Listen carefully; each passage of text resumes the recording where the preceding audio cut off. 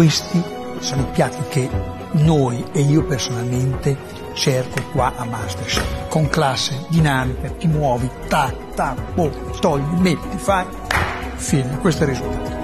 Grazie.